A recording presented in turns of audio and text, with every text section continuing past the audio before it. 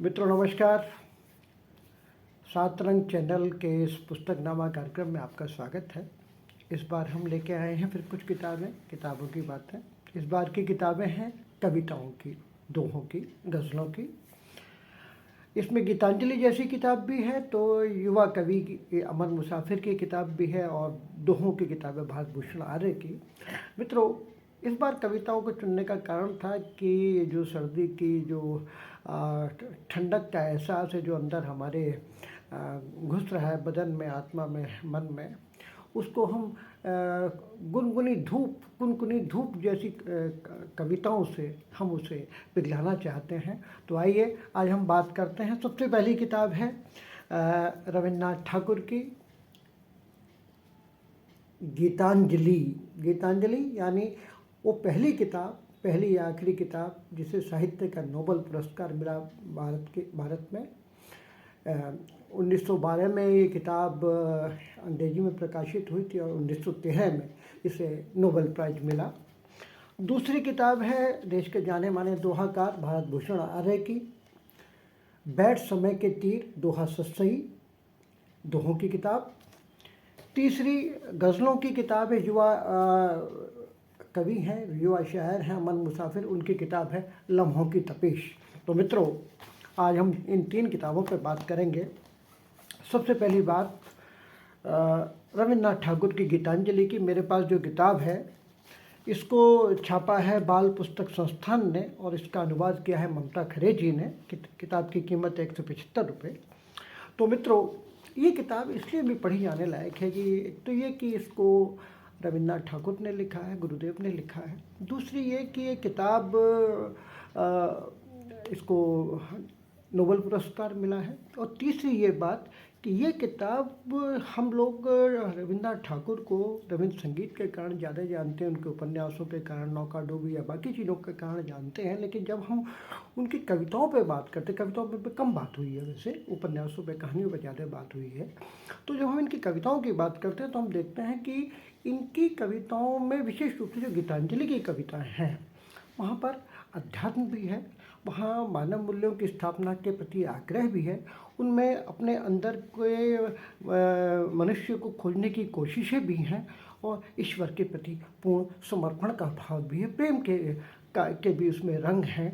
तो ये जो कृति है गीतांजलि, ये एक अनूठी कृति है। विशेष रूप से आप समझिए कि आज से 114-15 साल पहले ये किताब प्रकाशित हुई और आज भी हम इस पर बात कर रहे हैं। तो इसमें कुछ तो ऐसा ज़रूर है जिसे आज भी हम याद कर रहे हैं। तो कुछ ऐसा ज़रूर है, कोई ख़ास ऐसा ज़रूर है कि जिसके कारण ये किताब इतनी चर्चित हुई। आप देखें कि ये किताब बंगला में पहले प्रकाशित हुई, उसके बाद गुरुदेव ने अंग्रेजी में इसका अनुवाद किया और उसके बाद इसमें 1913 में इसको नोबेल का पुरस्कार मिला, साहित्य का नोबेल पुरस्कार, जो हमारा पहला और आखिरी नोबेल पुरस्कार है। तो मित्रों, इसमें अगर हम देखें कि रविन्द्रनाथ ठाकुर अपनी प्रकृति से अलग की कविताएं हैं। उनके यहाँ प्रेम भी है, उनके यहाँ आस्थाओं की बातें भी हैं, उनके यहाँ विसंगतियों से लड़ने का आग्रह भी है, लेकिन ईश्वर के प्रति समर्पण की ऐसी कविताएं उनके यहाँ और बहुत ज़्यादा नहीं हैं। जो गीतांजलि में जो कविताएं हैं वो कहीं ज़्यादा आत्मिक ईश्वर और मनुष्य के बीच के जो प्रेम है, जो आंतरिक प्रेम है, उसकी अनुभूतियों की कविताएं हैं। मैं इसमें से कुछ आपको गीत सुनाता हूँ। कविताएं नहीं बल्कि मैं इनको गीत कहूँ। ये सारे गीत जो हैं गीता वाले गीत हैं, और चाहे वो प्रेम में हो, चाहे वो प्रकृति प्रेम में हो, रविन्द्रनाथ ठाकुर का जादू जो है सिर चढ़कर बोलता है। एक देखें जरा कि जहाँ पर वो आस्था के गीत गाते हैं कि पूजन भजन साधना आराधन सब कुछ करे, सब कुछ रहे धरे, रुद्र द्वार मंदिर के कोने क्यों तू पड़ा अरे, अंधकार में छिपकर अपने आप किसकी पूजा करता है चुपचाप, आँख खोलकर देख देवता घर में नहीं परे, वे गए गोड़ कर भाटी खेती करते जहाँ किसान, पत्थर तोड़ बनाते पथें खट्टे सांझ बिहान। तो ये बिल्कुल अलग रंग की कविता है, जो कि रविन्द्रनाथ ठाकुर की कलम से बहुत कम ऐसी कविताएं निकली हैं। और आप देखेंगे कि जहाँ पर वो प्रकृति प्रेम पर आते हैं तो लिखते हैं, फिर आया आषाढ़ गगन में छाया, मंद पवन में सौंधा सौरभ पावस का लहराया, फिर से मेरा यह बूढ़ा अंतस्थल, लगा नाचने गाने पुलकित चंचल, नए सघन घनश्याम सजल की देख मोहिनी माया, फिर आया आषाढ़ गगन में छाया। तो ये जो गीत है, ये जो गीत के साथ आत्मसात हो जाने की कवि की प्रकृति है, ये आपको एक अलग किस्म की दुनिया में ले जाती है। विशेष रूप से जब ये कविताएं, ये गीत रविन्द्रनाथ ठाकुर जैसा जादूगर लिख रहा हो, साहित्य का जादूगर लिख रहा हो। एक देखें, प्रेमिल कविता है, प्रेमिल अनुभूतियों की कविता है। रहूं सदा उस मुख की ओर निहारे, रहूं सदा उस मुख की ओर निहारे, यही एक इच्छा पूरी हो प्यारे, केवल देखूं अपलक नैन बिछाए, केवल मन की लौ को रहूं लगाए, व्यथा कामना काम काज दैनंदिन, सबकी लगी भीड़ में एक किनारे, रहूं सदा उस मुख की ओर निहारे, इच्छा अगिन दौड़ के विविध दशारे, इच्छा अगिन दौड़ के विविध दिशारे, सफल एक ही यह इच्छा हो प्यारे, रहे रात पर रात सतत वह जागी, चला एक की अभुज व्यथा की आगी, दिन पर दिन वह उसी को एक को गूंथे, एक सूत्र में गीत एक ही गारे, रहूं सदा उस मुख की ओर निहारे, रहूं सदा उस मुख की ओर निहारे, यही एक इच्छा पूरी हो प्यारे। तो मित्रों, मेरा मानना है कि अगर आप गुरुदेव रविन्द्रनाथ ठाकुर की इस गीतांजलि को, दुनिया की एक बेहद चर्चित किताब को अगर आप पढ़ते हैं, आप साथ करते हैं, तो एक ऐसे अनुभव से, साहित्य के, कविता के एक ऐसे अनुभव से आप दो चार होंगे जिसे कि भूलना आपके लिए शायद असंभव सिद्ध होगा। तो मैं पूरे मन से इस बात को आपसे आग्रह भी करता हूं कि आप रविन्द्रनाथ ठाकुर के एक नए रंग को देखना चाहते हैं, रविन्द्रनाथ ठाकुर के उस रंग को देखना चाहते हैं कि जहाँ वो ईश्वर से, प्रकृति से, प्रेम से, उन सब चीज़ों को के बिल्कुल अंदर घुसकर आपसे वार्तालाप करते हैं, आपसे संवाद स्थापित करते हैं, तो आपको गीतांजलि पढ़नी चाहिए। ये किताब पढ़े जाने की बेहद मांग करती है। तो मित्रों, जहाँ अभी हम बात कर रहे थे गुरुदेव रविन्द्रनाथ ठाकुर की, वहीं हम बात कर रहे हैं एक युवा लेखक की। युवा लेखक का नाम है अमन मुसाफिर और किताब है गज़लों की लम्हों की तपिश। मित्रों, अमन मुसाफिर 26-27 साल के युवक हैं और इस उम्र में अधिकांशतः होता ऐसा है कि प्रेमिल कविताएं होती, प्रेमिल अनुभूतियों की कविताएं होती हैं, कई बार मार्शल अनुभूतियों की कविताएं होती हैं, प्रेम, विरह, खोना पाना, ये सब चीज़ें अधिक होती हैं। मित्रों, अमन मुसाफिर की जो मुझे बहुत अच्छी चीज़ ये लगी कि ये कविताएं एक ऐसे युवा की कविताएं हैं जो आँख नाक कान खोल के चलता है। वो दुनिया में होने वाली, भारत में होने वाली, समाज में होने वाली विसंगतियों पर नज़र रखता है, उनके मूल में जाने की कोशिश करता है और कोशिश करता है कि वो उन पर अपनी अभिव्यक्ति को इस प्रकार से दे कि जो पढ़ने वाला है वो तिलमिला जाए, वो छटपटाए, आक्रोशित हो। ये उनकी कविता का सार है, उनके गज़लों का सार है। मैं देखता हूँ कि इनकी, अगर मैं कविताओं, इनके गज़लों के बारे में मैं टिप्पणी, अगर मैं एक ही टिप्पणी करना चाहूँ तो मैं कहूँगा कि ये बेचैनी से उपजी कविताएं हैं, बेचैनी से उपजी गज़लें हैं। क्योंकि जब आप, या तो आप यथास्थितिवादी स्थिति में हैं और जो कुछ भी दिख रहा है उसको स्वीकार कर लें तो ठीक है, जैसा चल रहा है वैसा चल रहा है। लेकिन अगर आप सजग मनुष्य हैं, सजग शायर हैं, आप आँख नाक कान खोल के सब चीज़ों को देखते हैं, तो जो कुछ भी गलत घट रहा है, जो कुछ भी विसंगतियाँ, जो कुछ भी अव्यवस्था है, जो कुछ भी सरकारी तंत्र है, प्रशासनिक तंत्र है, उनकी जो परेशानियाँ, क्रिएट की गई परेशानियाँ हैं, तो उन पर कहीं ना कहीं आपका मन खोलता है। और जब आपका मन खोलता है तब आप उसे कई बार अच्छी गज़लों में, तीखी गज़लों में भी अभिव्यक्त करते हैं। मैं देखता हूँ कि अमन मुसाफिर की अधिकांश गज़लों का स्वर व्यंग का स्वर है, जहाँ वो विसंगतियों पर चोट करते हैं, अपनी अभिव्यक्ति को मार्मिकता से जोड़ते हैं, और जहाँ पर वो ऐसा करने में सफल होते हैं तो वो व्यंग को एक नए आयाम भी देते हैं और गज़ल को भी नए आयाम देते हैं। मैं आपको उनकी कुछ गज़लों के कुछ शेर मैं आपको सुनाता हूँ।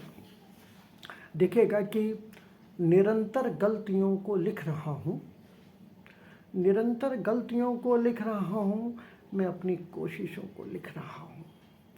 शहर में ख़त्म हो जाएगा पानी, झुलसती झुग्गियों को लिख रहा हूँ, न आना लौट कर वापस धरा पे, गगन के पंछियों को लिख रहा हूँ। ये जो बेचैनी है, ये जो गुस्सा है, ये जो आक्रोश है, वो कहता है कि देखिए इस उम्र में इतनी बड़ी गज़लें कहना आसान बिल्कुल नहीं है। और आप देखें कि एक और उनकी गज़ल का मैं आपको वो सुनाता हूँ। तेवर देखिए आप इस गज़ल के कि पर्दे हटा के आइए तेवर तो देखिए, संसद में जो भी हो रहा मंजर तो देखिए, कहते थे जिनको तुम किए कीड़े हैं शहर के, सड़कों पे उनका आज ये लश्कर तो देखिए, लगते रहे जो सीने से मित्रों के भेष में, हाथों में उनके आज वो खंजर तो देखिए, कागज़ पे सब चंगा लिखा पढ़ के जो खुश हुए, कागज़ पे सब चंगा लिखा पढ़कर जो खुश हुए, बस्ती में टूटा फूटा वो छप्पर तो देखिए, सच बोलने से आपको डर लग रहा है जो, सच बोलने से आपको डर लग रहा है जो, जिंदा हो कि मर गए छू कर तो देखिए। साहब ये जो अंदाज़े बयां है वो किसी शायर को बेहतरीन शायर बनाता है। और अभी 26 साल की उम्र है अमर मुसाफिर की, अभी उन्हें बहुत लंबा सफ़र तय करना है गज़लों में, और मैं समझता हूँ कि जैसे जैसे वो बड़े होंगे और पकेंगे और बेहतर होंगे, और उनकी रचनाओं में उसी तरीके से तेजाब आएगा, आग आएगी, और वो आग एक माहौल बनाएगी व्यवस्था के खिलाफ, जो निज़ाम की परेशानी है उनके खिलाफ, जो तनाव है उनके खिलाफ, जो शोषण है उनके खिलाफ। तो मित्रों, ये किताब छापी है नीरज बुक सेंटर ने, जो भावना प्रकाशन का ही एक उपक्रम है, और इस किताब की जो कीमत है वो 250 रुपये है। और मैं समझता हूँ कि अगर आप इस किताब को पढ़ते हैं तो आपको आनंद आना चाहिए। अगर आप अच्छी गज़ल के शौकीन हैं तो आपको आनंद आना चाहिए, और युवा स्वर देखना चाहते हैं गज़ल में, जो एक्चुअल युवा स्वर, जागे हुए युवा का स्वर देखना चाहते हैं, तो आप इन गज़लों को पढ़िए। एक शेर में आपको और कह के बात ख़त्म करता हूँ कि इतनी 26 साल का बच्चा, 26 साल का युवा एक ऐसा शेर भी कह सकता है। देखिएगा कि नींद एक लोरी सी चादर से बनी होती है, रात तन्हाई के बिस्तर से बनी होती है, फूल समझो ना इसे जान गंवा बैठो के, प्रेम की नाव तो पत्थर से बनी होती है। तो मित्रों, अमर मुसाफिर का ये गज़ल संग्रह लम्हों की तपिश कहता है कि मुझे पढ़िए, मैं आपको कतई भी निराश नहीं करूँगा। और मित्रों, अंत में तीसरी किताब बैठ समय के तीर दोहा सस्सई, भारत भूषण आर्य की। मित्रों, दोहों की जो समय है, दोहों की जो दुनिया है, बहुत पहले शुरू हुई थी। तुलसी, कबीर, रहीम, सबसे आते आते ये उनके समय तक दोहा जनमानस में छाया रहा, साहित्य की प्रमुख विधा के रूप में स्थापित हुआ। विशेष रूप से तुलसी ने, कबीर ने, रहीम ने, इन लोगों ने दोहे को बहुत मान्यता दिलाई। लेकिन फिर एक लंबा पीरियड आया जिसमें दोहों पर काम कम हुआ, गीत, गज़ल, बाकी चीज़ें आगे आईं, और अब तो देख रहे हैं कि इस समय गज़ल का है। लेकिन फिर कुछ लोगों ने आकर दोहे को उठाने की कोशिश की है, जिनमें मैं देखता हूँ कि नरेश चांडिल हैं, देवेंद्र आर्य हैं, राजेश श्रीवास्तव हैं, राजेश राज हैं। इन लोगों ने काफ़ी काम किया है दोहों के लिए। हरे राम समीप हैं, लोगों ने बहुत अच्छा काम किया है, और इन्हीं में एक नाम है भारत भूषण आर्य। भारत भूषण आर्य की एक बहुत अच्छी क्वालिटी ये है कि वो पुरातन और नूतन दोनों के बीच समन्वय स्थापित करके चलते हैं। उनके यहाँ वो प्रयोग भी करते हैं लगातार, वो पुरानी चीज़ों को भी लेकर चलते हैं, वो संदेशात्मकता भी लेकर चलते हैं। वो गज़लों से जो आशिक माशूक की गुफ्तगू वाला जो अंदाज़ है वो भी उनके यहाँ आता है। अध्यात्म पर भी वो बात करते हैं और प्रयोगात्मकता के साथ वो कोशिश करते हैं कि कहीं भी उसकी जो ग्राह्यता है, उसकी जो ग्रहणशीलता है, उसकी जो पठनीयता है, उस पर कहीं पर भी दुष्प्रभाव ना पड़े। तो मैं देख रहा हूँ इनके जो अधिकांश दोहे हैं वो संवेदना की सलाई से बुने हुए हैं। और जब आप संवेदना की सिलाई से कोई स्वेटर बुनते हो तो जब उसे जो पाठक है उसे पहनता है तो उसे सर्दी में एक गुनगुनी धूप का सा एहसास मिलता है। और ये जो एहसास है वो कविता हो या गज़ल हो या दोहा हो, उन्हें आपको बहुत दिन तक याद रखने की कुव्वत प्रदान करता है। तो मित्रों, बैठ समय के तीर में जो भारत भूषण आर्य के दोहे हैं, मुझे वो दोहे बहुत पसंद आए हैं। और आज के समय के जो बेहद चर्चित दोहाकारों में से भारत भूषण आर्य हैं, उन्होंने प्रेम, अध्यात्म, सामाजिक चेतना, व्यंग्यात्मकता, बहुत सारी चीज़ों पर दोहे पर काम किया है। मैं उनके कुछ दोहे आपको मैं देख रहा हूँ इनमें कि अजब तरीका आपका, अजब आपकी चाल, दिखा एक रोटी कहीं पल पल किया हलाल। एक और देखें, व्यंग्यात्मकता है इसमें कि ख्वाब दिखा एक रेशमी, फेंका ऐसा जाल, चुपता है अब तक कहीं फंसा आँख में बाल। और जाने से पहले जरा कर लेते तो बात, कुछ तो घटती दर्द की लंबी काली रात। और खंजर इसके हाथ में उसके पास गुलेल, सोच सोच कर क्या यही रखूं ताक पर खेल। क्या अंदाज़ है कहने का।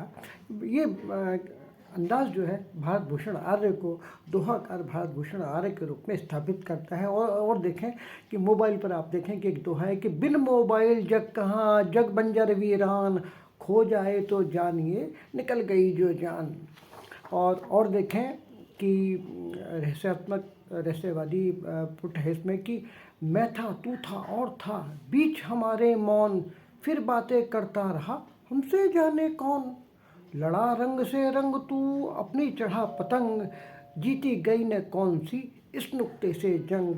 और प्रेम पर देखें कि आती जाती छाँव ज्यों, कच्ची पक्की धूप, घटते बढ़ते चांद सा डोले तेरा रूप।